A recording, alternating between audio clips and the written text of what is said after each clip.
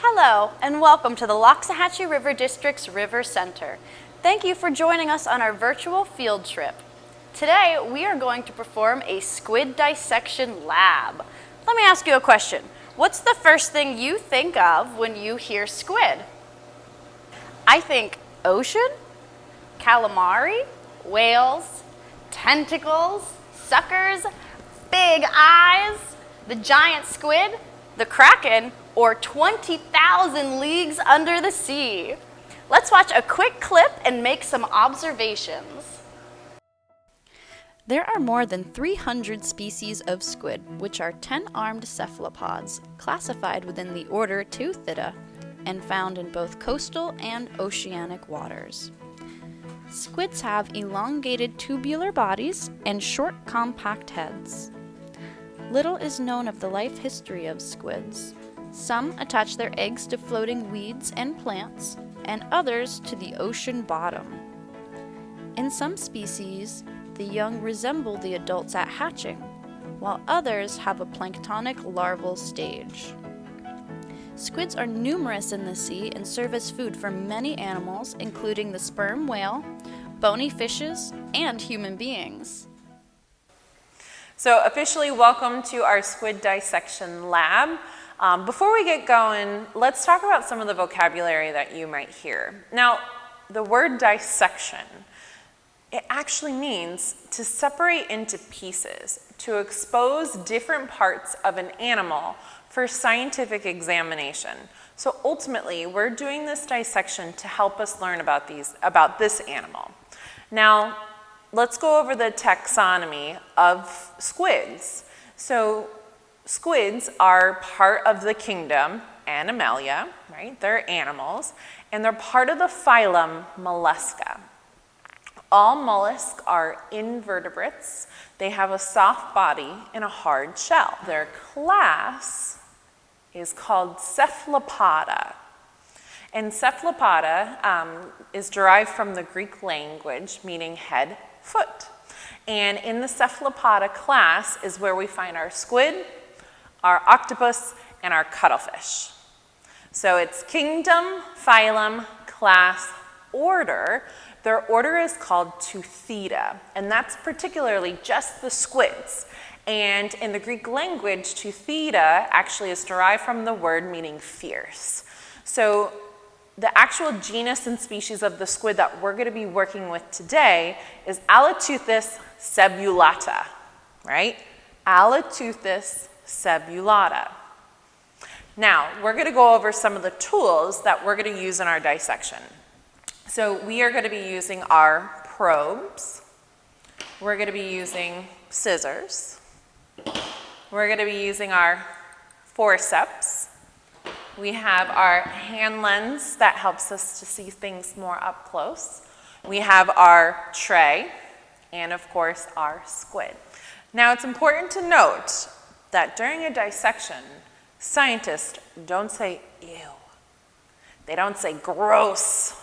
They don't say, how disgusting. Right? Scientists don't say those kind of words. So what would be some of the words that scientists might say during dissections? Fascinating. How interesting. Cool. Awesome. So we're going to remember that as we're going through our dissections, that if we might want to feel like we say some of those not-so-science words, to make sure that we turn it into something that a scientist would say. So let's begin. And we're going to first start by looking at their appendages. So we're going to actually count how many appendages they actually have all together. So 1, 2, this long one, 3, 4, another long one is 5, 6, 7, 8, 9, 10. So they have 10 appendages all together. Now, there are 2 long appendages and 8 short ones. So the 8 short ones are actually called their arms, and the two long ones are their tentacles. Now, if you notice on the arms, there are suction cups, little suckers, all the way down the length of the entire arm. And if you look at the tentacles, let's see if I can turn you over, you'll notice that there is only suction cups at the very end. And the reason for that is that they have different purposes.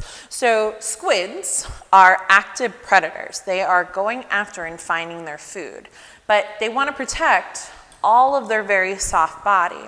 So they're going to use their tentacles to actually grab onto their prey. So they're going to use the tentacles to grab their prey, keeping all of their soft body parts away from the prey, right? Because the prey is not going to want to get eaten. And then they're going to use the arms to hold. So the tentacles are used for grabbing, and the arms are used for holding. And squids are pretty tough. They actually have really strong muscles designed to help those arms and tentacles move very quickly and to hold the predator, hold the prey right there.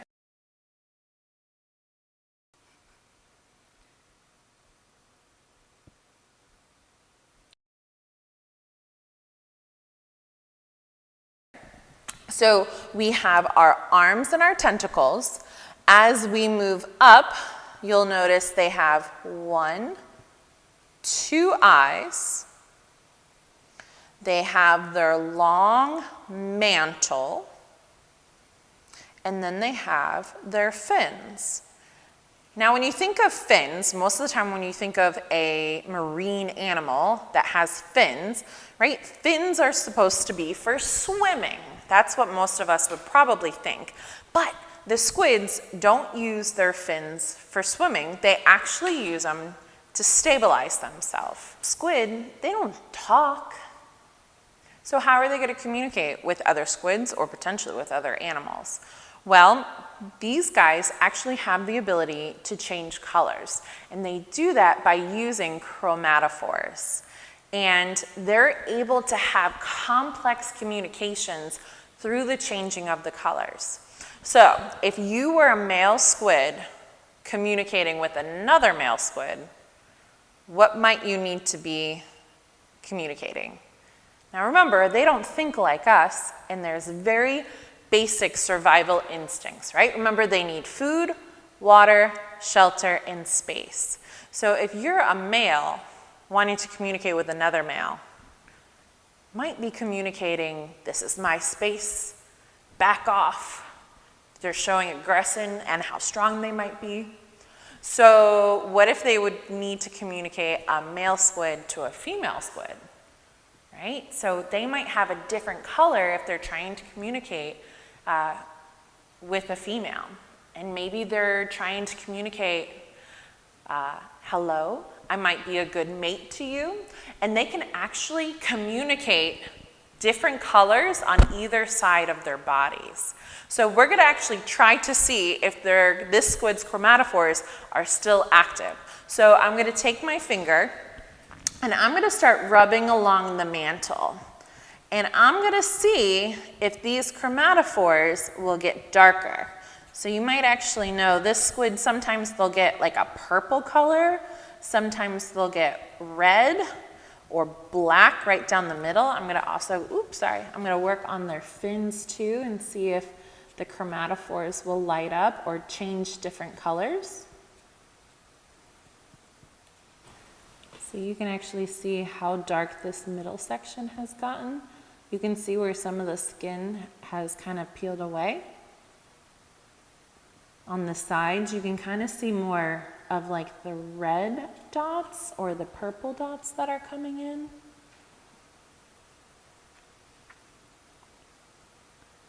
Oh yeah, right? Like right in here. And then along the fin,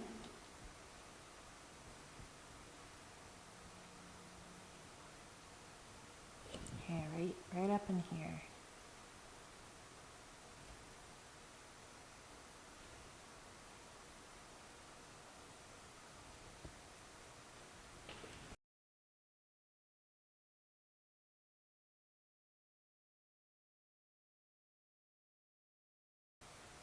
So remember, these are chromatophores that the squids have and other cephalopods have, and it helps them or allows them to communicate.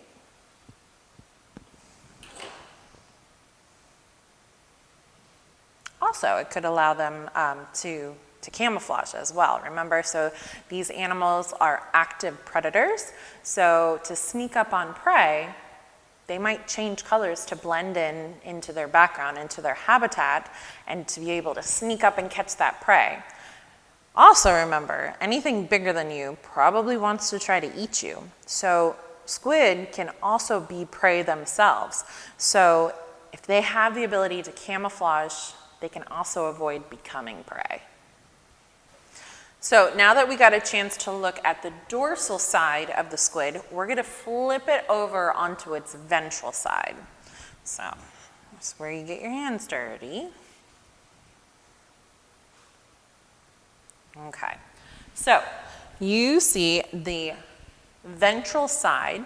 We have our mantle, and right here is where we actually have the funnel.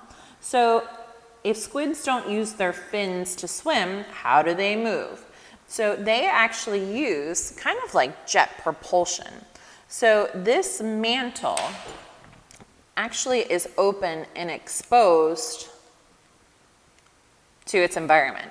So what squids will do is that they will fill the mantle up with water, right? So they're going to fill this whole part of their body up with water, and then they're going to push the water out faster through the funnel right here. So they'll fill up that mantle and then push it out of that funnel. So they actually swim mostly going backwards in different bursts of speed. So now that we got a chance to see the external part of the squid, we're going to now open it up and to view the internal parts. We cut right along the mantle, and we're going to expose the internal organs of a squid. So I'm going to actually turn it towards me. And what we're going to do is we're going to take our scissors and we're going to make nice, tiny cuts all the way up to the top. And so we're going to do this nice and gently so that we don't accidentally cut something that we don't want to cut.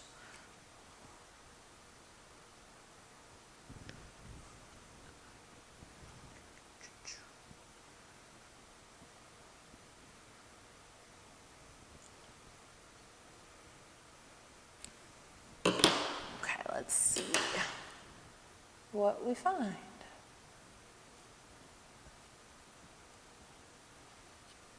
So we went from external to internal.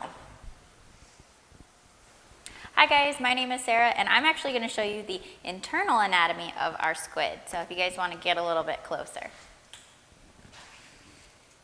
So inside our squid, we're going to kind of work from the top all the way down to the mouth, which I'll show you in a little bit. So up in this section right up here is actually where the gonads, or the reproductive organs of our squid, live. Okay, and this one is actually a male. One way to tell the difference is the males actually have a white section up here for their gonads, and then I have another example right here of a female, what we believe to be a female. And you see how it's darker, it's got almost kind of a purplish hue to it. So those are the female reproductive organs. Notice there's these kind of skinny little tendrils coming out from the base of our squid. These are actually the gills. They're called feather gills. So you have one on each side, and they connect to the base where there's actually a heart pumping to each gill and then one pumping in the center. So they actually have 3 hearts, which is pretty awesome. And then this shiny thing right here, it's actually not a fish. This is their ink sac. And their ink sacs are used for protection. That's how they will expel their ink out of their bodies, is through this ink sac, and they actually push it out through their siphon or their funnel, which is right here. Okay, and it sits right above it. I can actually pop open the siphon from the inside. Ta-doo. We're actually going to try to remove the ink sac. We're going to try really carefully. No promises that I won't pop anything. We're going to see. Okay, so I'm going to use my scissors and my forceps. Okay.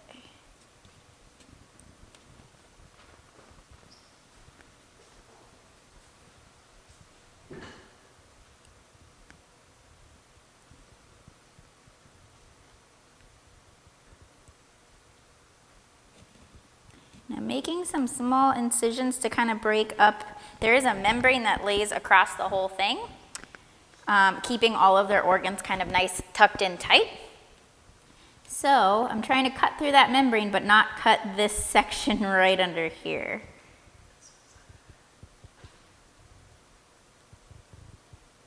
Oh, what? Ooh, ooh, ooh, ooh, okay.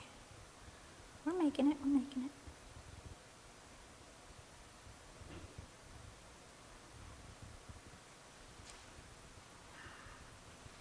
And I should be able to pull it right off.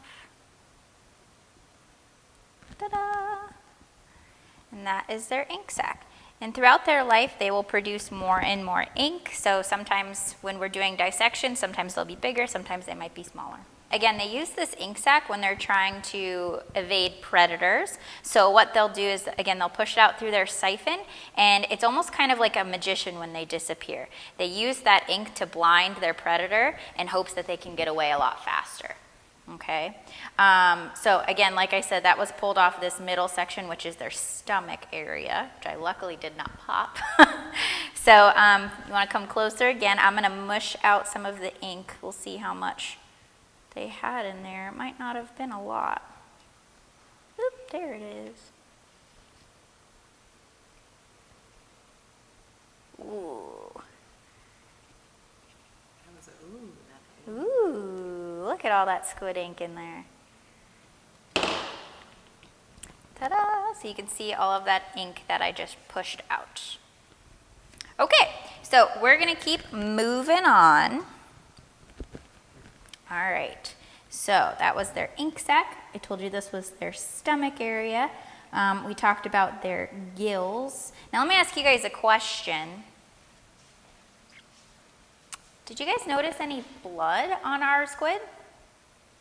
No. So actually our squids are what we call a water vascular. They have a water vascular system, okay? So they run on water as opposed to having blood within their bodies. And I'm actually going to show you guys their mouth.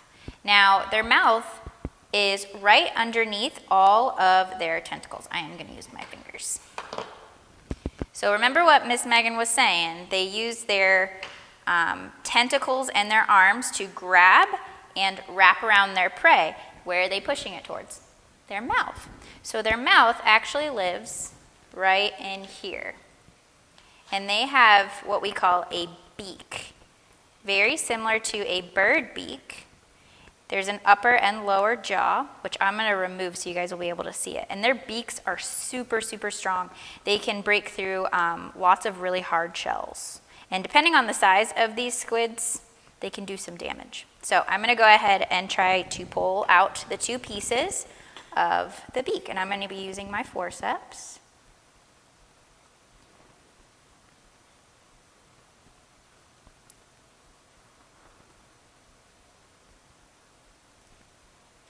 Okay, so I got one piece.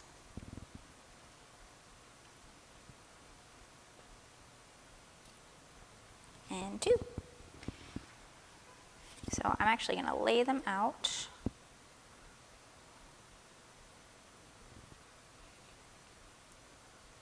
So they do close together and they do resemble a bird beak.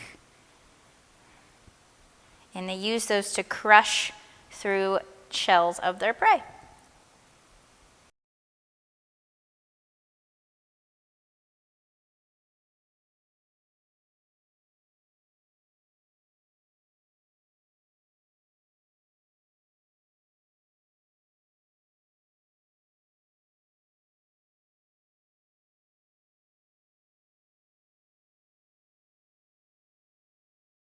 Now what we're going to do is we're going to try and find our squid's pen. Now, the pen is actually their internal shell.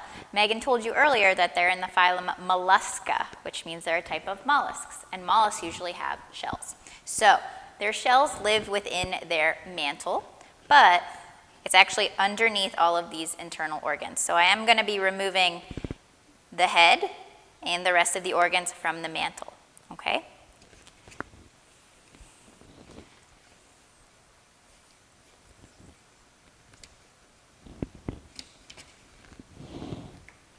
Okay, so inside their mantle, this is the piece we have left, you can still see their gills are attached. And right inside here is their shell. And I'll pull it out in just a second. But that shell actually helps keep our squid straight, and it also helps protect their internal organs. Okay, so I'm actually going to use my forceps and try to pull it out.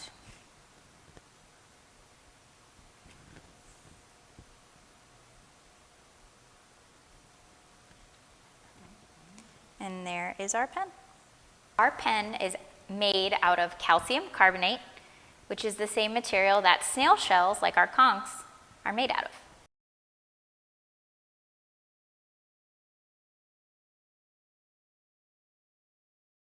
So now we're going to look at the eyes of our squid. And squids have the most complex eye structure out of all invertebrates. They're almost as complex as human eyes are. And we're going to pull out the lenses of the eye. Okay, so this might get a little bit messy, but with our squids, you'll notice, like Megan had pointed out earlier, the eyes are on the sides of their body, and that's because our squids have very, very good vision. They can see almost, not quite, but almost completely around them. And the lens is actually sitting very close to the top of their eye. And it's right there. It almost looks like a little marble. And they look a lot different than the lenses in human eyes. The lenses in a human eye look more almost like a contact lens. And the lenses are very useful because it helps us see clearly. So I'm going to go ahead and remove the one on the other side as well. Again, this is a little bit messy.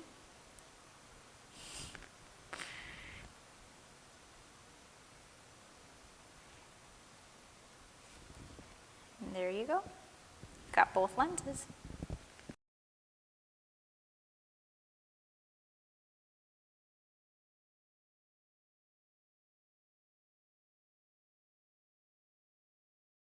So we're going to review all the things we just learned about the internal anatomy.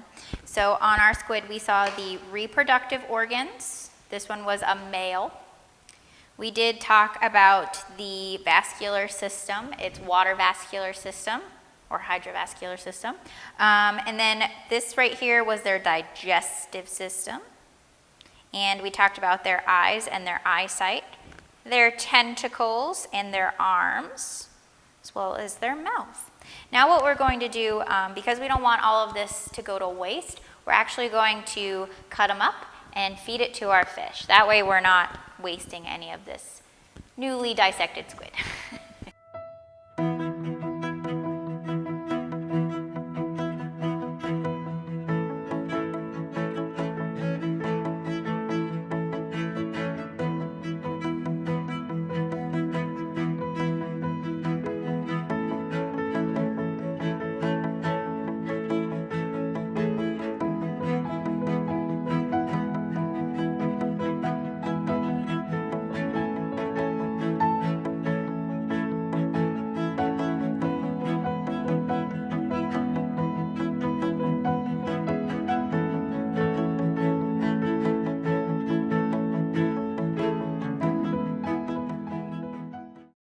So we're going to talk a little bit more about some of the differences between mollusks. So if you'll remember back earlier, we were talking about how mollusks are in the phylum Mollusca, but there are different kinds of mollusks, and squids were different than snails or clams, and that the squid are in the class Cephalopoda. Well, oysters are in the class Bivalvia because they have two shells or bivalves. let's talk about what's different about squids and oysters. Well, they move differently, right? So squid move around a lot, and they do that through water propulsion. But oysters are what we call sessile organisms, which means that they never actually move at all. They grow in one place forever, just like a tree. Some other ways that they are different is where they live. Squid live out in the open ocean habitats, whereas oysters can be found in our estuaries, shallow water, shallow brackish water with changing tides, temperatures, and salinities. They also eat very differently. Squid are active predators, and they go hunting for their prey, and they use those long arms and tentacles to capture their prey. But oysters, remember, they can't move. So they're not predators, they are filter feeders, which means that they take that water in from around them, move it through their gills, and filter out the food that they need from the water.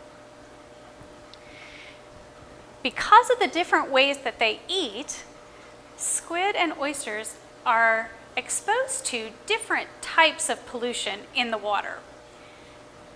Squid typically are exposed to mercury, whereas oysters might be more exposed to microplastics. And I wonder why that is. Well, mercury is something that biomagnifies up the food chain. So when little fish get eaten by bigger fish that get eaten by bigger fish, all those little fish that got eaten by the bigger fish now contribute to all the mercury in these slightly bigger fish, and then even bigger fish come in and eat those other bigger fish, and there's a lot of mercury that ends up in their tissues, which is a toxin. The same thing happens with squid because they are eating things lower on the food chain, and they have to eat a lot of them, so they get a lot of mercury in it, and then squid actually contribute to biomagnification when they get eaten by predators as well. But oysters don't necessarily have to deal with mercury because they're not predators. They're filter feeders. And microplastics are tiny microscopic little bits of plastic that are floating around in the water. And because they're filter feeders, they filter out those microplastics out of the water. And then that accumulates in their tissues. So, when we're sending treated or reclaimed wastewater back into our environment, if there's microplastics or microfibers in it, do you think that might affect our oysters' health in the river? Do you think it would affect squid health?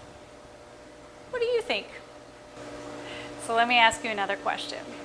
Can you think of any positive or negative influences on our river and oceans by humans?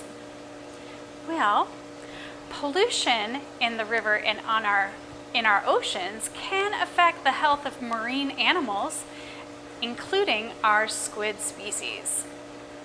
So I wanted to talk to you a little bit about sources of pollution. We can kind of classify them as two different types, either a point source pollution or a non-point source pollution. What do I mean by that? Well, point source pollution can be specifically identified to an action or a location. That might be if there is someone that is littering in a specific yard, or maybe it's a specific septic tank that overflowed into the river, something like that. A non-point source pollution is something that we know is happening, but we can't identify exactly where it's coming from. So non-point source pollution might be something like fertilizer runoff. It's running off from all different kinds of yards, not just one place in particular. So how can we help, right? That's the most important thing. Well, we can participate in beach cleanups, cleanups along our rivers and shorelines. That's an easy thing to do on a Saturday morning. We can educate people about limiting the amount of fertilizer that they use on their lawns to help prevent runoff into our waterways, and that can be unhealthy for plants and animals and peoples. It also causes a whole lot of excess nutrients, which can cause algal blooms, which is very deadly for fish and can harm humans as well. Those algal blooms lower our water quality, and they block the sunlight from reaching seagrass beds as well. So limiting our runoff, fertilizer runoff, is really important. Also, when you're fishing, make sure you pick up all of your fishing gear and your fishing line and your bait bags and everything else that you bring with it, and leave that place better than you found it. If you have a boat or a jet ski, be aware of the protected or restricted areas where you need to lower your boat wake for seagrasses and wildlife like manatees as well. Now remember, it's our responsibility to use our resources wisely and to protect our rivers and oceans. Thank you for joining our virtual squid dissection lab. I hope you enjoyed. Please feel free to contact us if you have any questions or if you would like to schedule your own live virtual field trip with us. Thanks again, and we hope to see you in our next video.